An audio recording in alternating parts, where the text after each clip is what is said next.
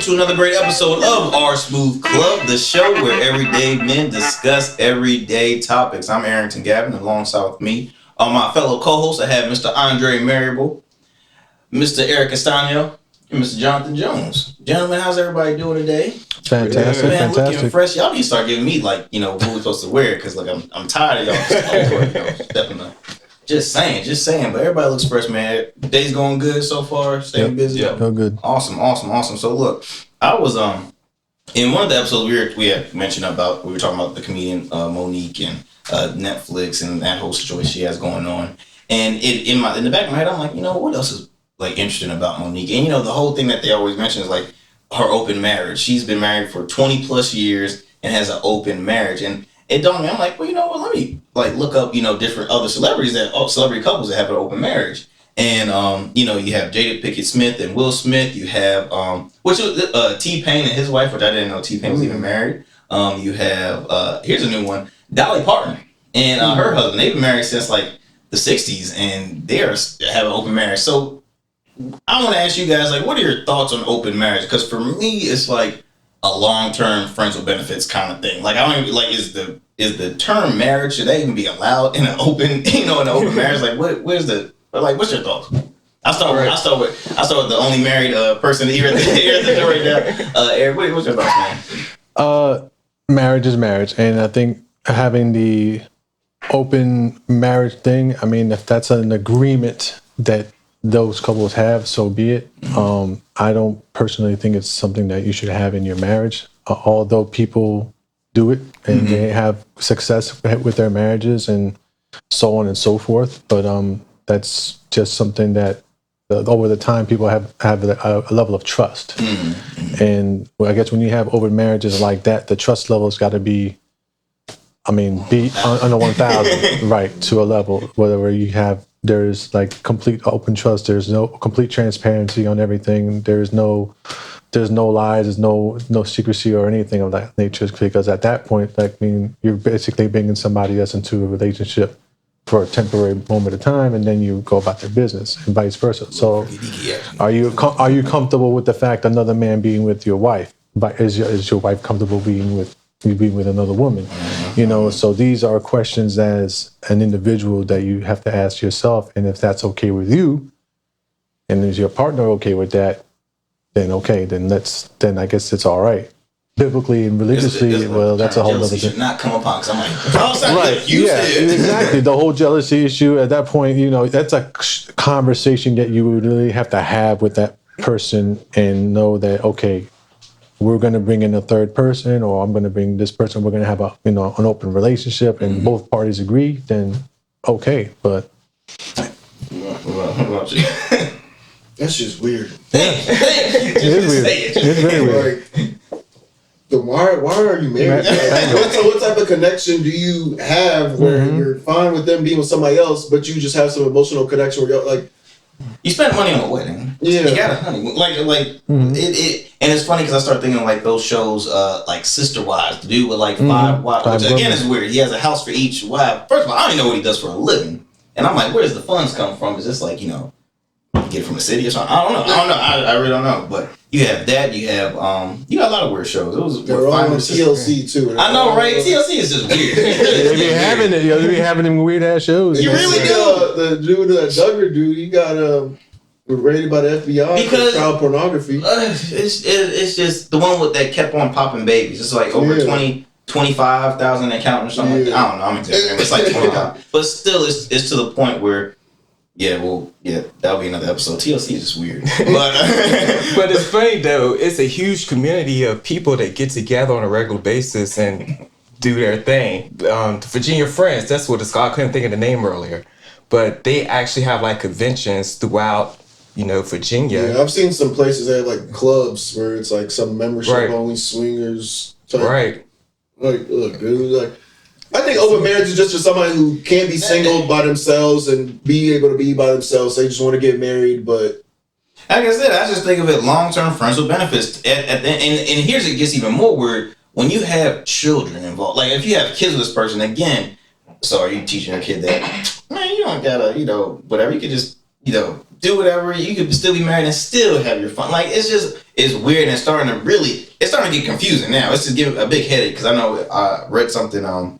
The actress that played Akilah and the Bee. That's the only thing I could think of. Keke Palmer. Keke Palmer said until she is married, she is still single. So regardless if she's with some, in a relationship or something, she's like I'm still a single person until marriage. I'm still a single person. So in my head, I'm like, she'll probably get married and still have open marriage or something. But it's weird. I just wanted your guys' thoughts on it. It's just that was really yeah, not my cup of tea either. But a lot of people are doing it. I mean, it's more. And they're still married. Maybe it's a stress. Again, the term jealousy or something like or trust. I mean, they fully trust them. They're like, hey, you can have your fun, but I know you're gonna be back home and cooking dinner and all that stuff, like normal routine. Hey, honey, how was your day today? I'm good. Hey, I met up with such and such, and yeah, it's just weird. It's weird. Like you just have a conversation, like.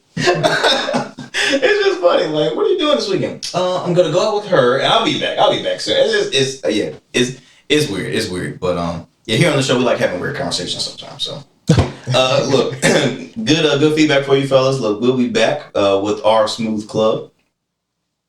Let's quick commercial break.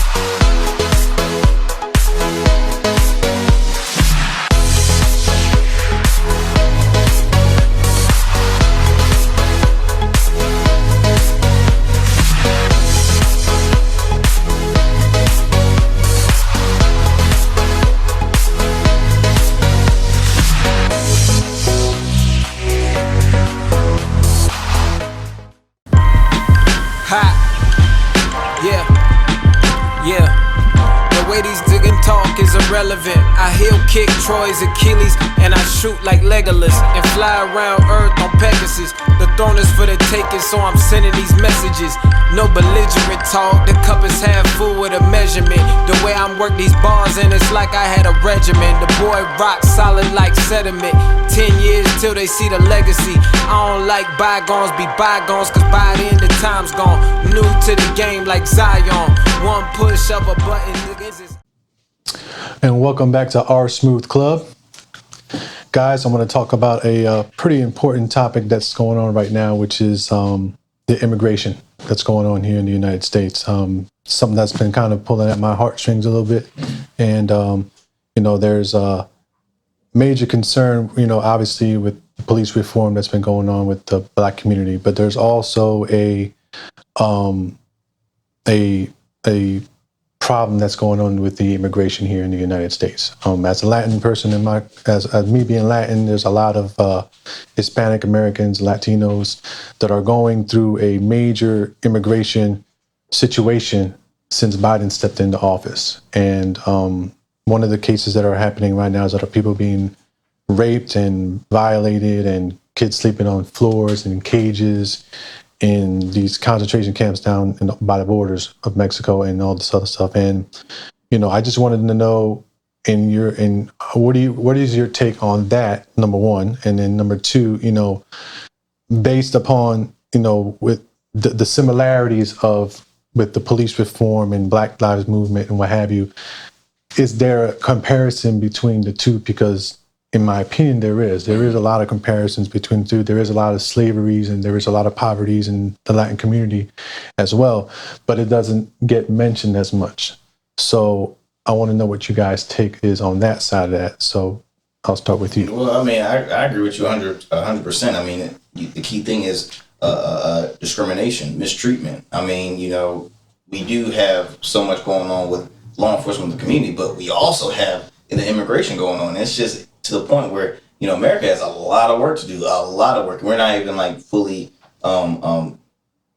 close to even, solving that. And I mean, like you had mentioned, you have families, you have kids that are separated from parents, you have people sleeping on hard floor with not even a blanket, with aluminum foil. I mean, it's just it's sad to look at. And I mean, I know it can, again, like you said, it hits harder for you, but it's just, again, I look at it as far as, JJ had mentioned, I think on one of our shows, how, showing compassion, just mistreatment, like, man, like, I have this going on with me. Look at what's going on. I think they need to talk more on it, because we do, I think sometimes with certain media outlets, they might stretch out a topic where it's like, okay, you talked about it enough. We got to go, let's discuss this because it's very important. I mean, that's really all I could say as far as just, again, we have a lot of work to do. And, I mean, that's all pretty much can say. What about you? Right, and it's hard to figure out what the solution is going to be. Yeah, I mean, they're just trying to escape so they can have a better life. And I wish they could come in here freely and get in and live that life, but they can't right now. So why are they holding them? Like, are they trying to charge them?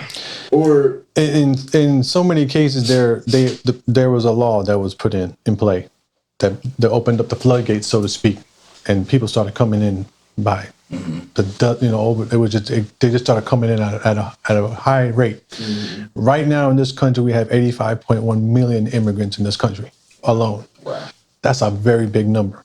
So when you think about how many people just that we have here in this country, not to mention the ones that are coming in, how do we control? How do the question becomes now? What do we do? How do we know? And you have people that are coming in that want to live a better life. You have people here that are being separated from the lives that are already here, going back to their own country. So it's a huge issue to try to sort out. Not to mention, we have police brutality going on. So on the Spanish TV networks and media channels, you see this all the time. They go over it and talk about immigration all the time because it's Latin community based. But you won't see this on CNN. You won't see this on Fox News. You won't see this on MSNBC. Rarely you see stuff about that. Because it's just kind of like, it's not the hot topic of the moment, right? Let's just call it what it is. It's not the hot topic of the moment.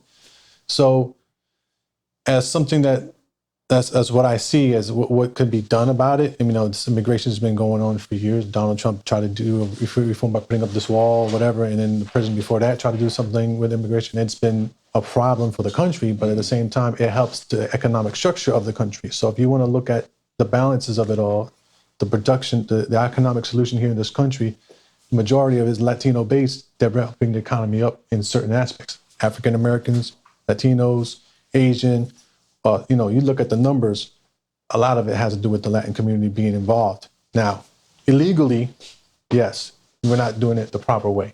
I'll be a testimony to that. But how easy is it to become a citizen if you're actually in that? You know what I mean? That's the question. They never talk about that. They're always saying, "Oh my gosh," they always They're always saying, "Well, if they're here illegally, then they should." I'm like, dude, have you tried to become an American, a U.S. citizen? No, because you were born, so you don't know how hard the process is. And if they keep going, I was just gonna say, as much as you gotta talk more about, okay, what's the process they have to do? I mean, we have a lot of organizations that will help people in need. Maybe that's something that we can. You can help someone in need. Okay, look, help them out to go what they're doing. I mean, is it funds? Is it as far as resources? Like, what's the issue? It's just a race thing, honestly. Because I remember a couple months ago, I saw this thing about how people from Russia, when they're about to have a baby, they fly over to America so that their child can be born here and that they can have those things.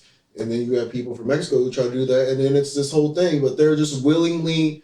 And they know that it's a thing. People from Russia, when they're about to have their baby, they fly to America so that their child can be a U.S. citizen. It's like, so how is that different from what's going on? And then you have kids who are like, not even infants, maybe like 3, who get separated from their mom in those camps and don't even like know what they look like when they get reunited with them. And it's just like, like that's just. I mean, it breaks your heart. I mean, again, like.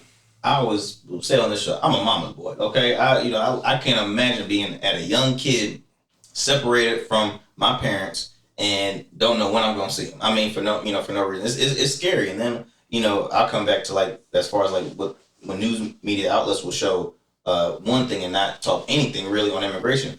Like, why do you think that they don't speak on that? Do you think it's to the point where it's like, oh my gosh, we can't talk on more? Sadness is a big headache. Is America ready for some more of this? We're all, what do you think? I think the reality is that there's more important things that are happening right now, and then in the media outlets' eyes, that's what it is. I mean, I think the Spanish channels cover it all. Telemundo, Univision, they're on it, but when you look at the major networks, Fox and this and that, and MSNBC and CNN, they will talk about it to a certain degree unless something major happens. Like, you know, there was an uprising, there was a revolution, somebody got killed, a shooting, or, you know, in one of the camps, or somebody got wrapped. You know what I mean? Then you'll see. But other than that, you know, just to get to where they are at, the crossing over that's a journey in itself, and that's a whole other topic. I mean, we can go into the story that, but you know, that's the take on that, and I just appreciate you guys giving me your input on that. And on that note, I'm going to take a quick commercial break, and we'll come back right after this. Rugged Evolution Beard Care is the hottest new beard care in the market. With 16 amazing scented balms and oils, you can choose which smell you want to try with our new sample balm and oil set, or use the mustache moisturizer and our new leave-in conditioner. Don't forget to add a wooden comb to glide through your beard without snag. Check out our website at ruggedevo.com or call for a private consultation 855-848-3029. And remember, rugged is the new smooth.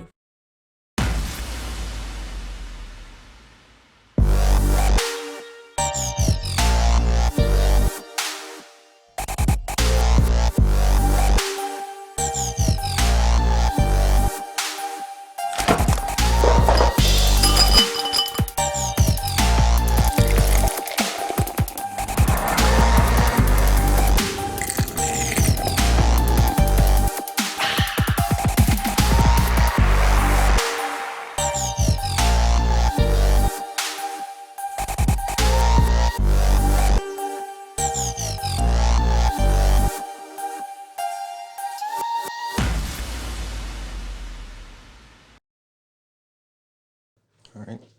Welcome back to our Smooth Club. Guys, the next question I want to ask you is, how has the pandemic changed you? We went through a crazy year being stuck inside. Everybody's lives was affected some way, somehow. So I want to just, like I said, ask you, how has the pandemic changed you? I'll start with you, Arrington.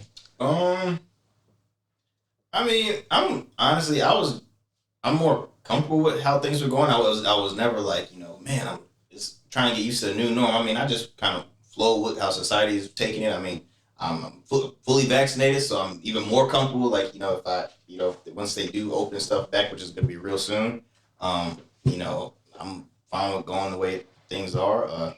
Nothing really changed. Again, I would say for 2020, as a business owner, it made me more creative, I guess, in a certain way. Like, I can, you know, still do stuff on a virtual level, which I enjoyed, but I do miss, you know, the in-person things.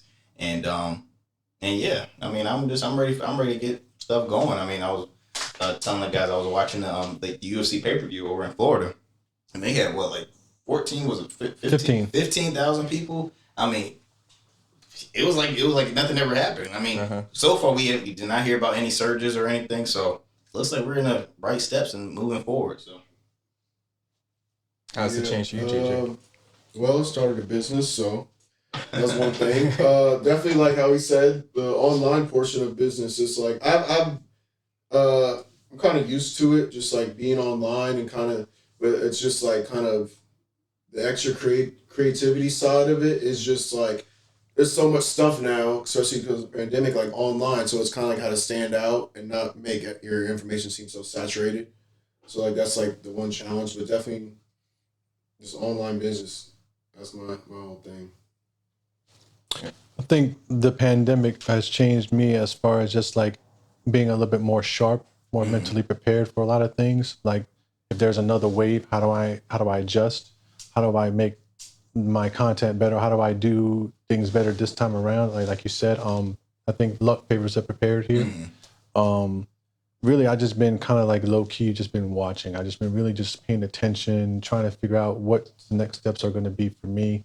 And the pandemic is really kind of like was an eye opener. Yeah, wasn't really for me. It was just like, you know, it was a wave that just hit the country, it hit the world.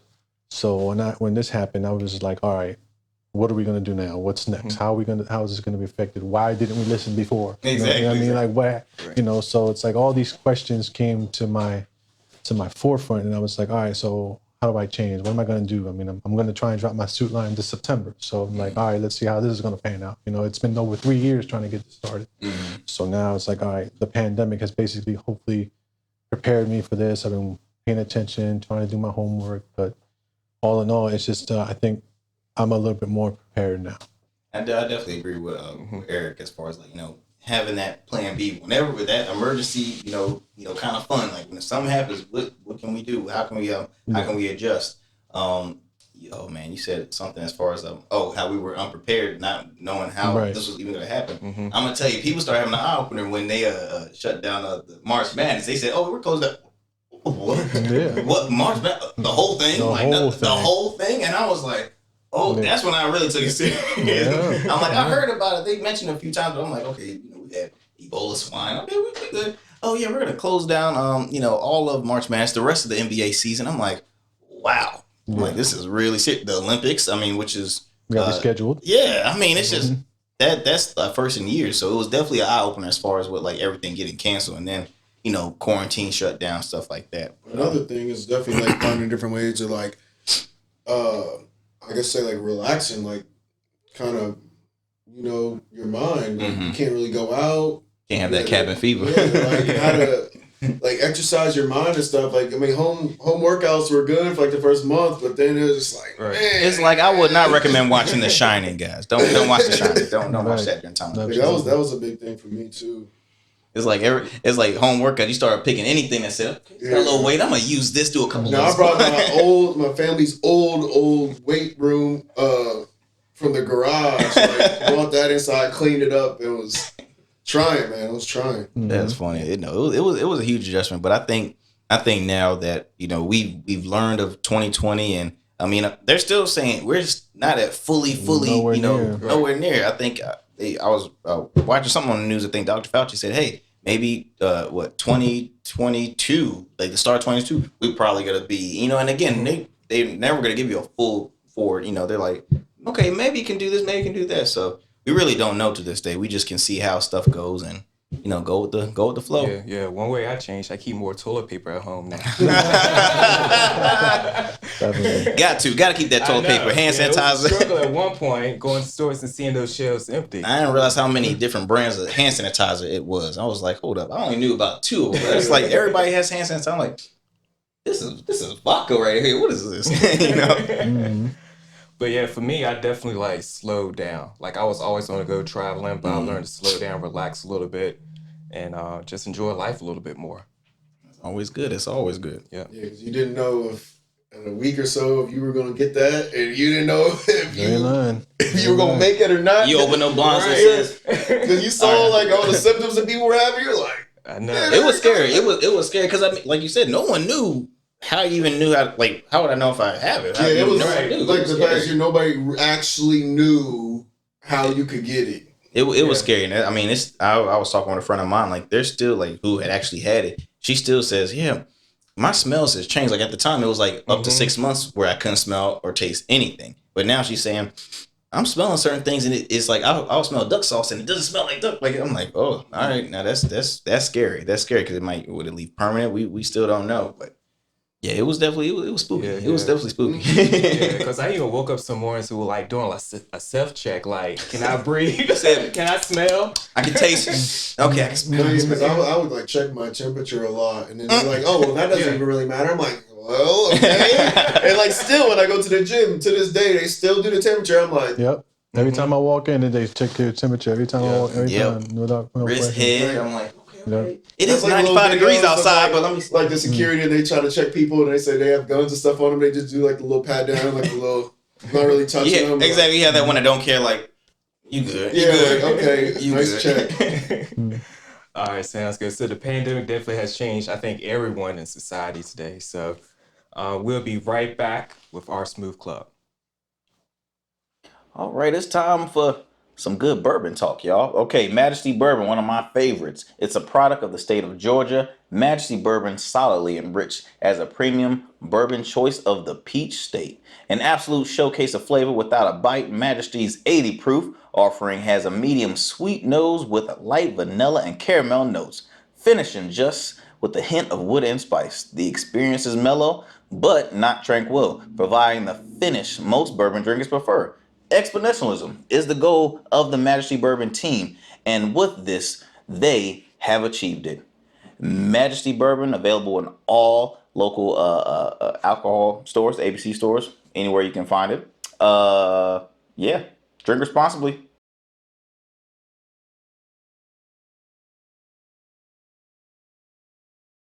Check out What's Going On Wednesday, a weekly vlog with co-hosts Arrington Gavin and Jonathon Jones. Hear them speak on topics such as sports, men's health, business, current events, and so much more. You don't want to miss as they tackle a range of funny and serious topics. Catch them every Wednesday on YouTube at Rugged Evo TV. Rugged is the new smooth.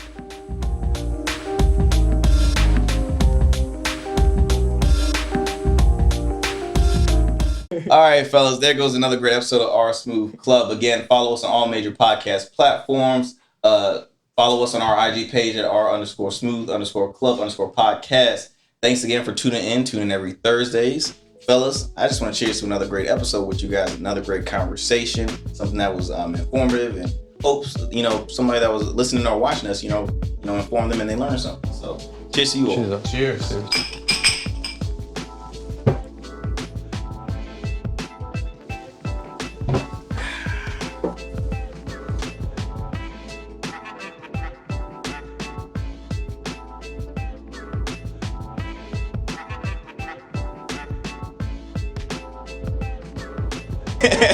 Exactly.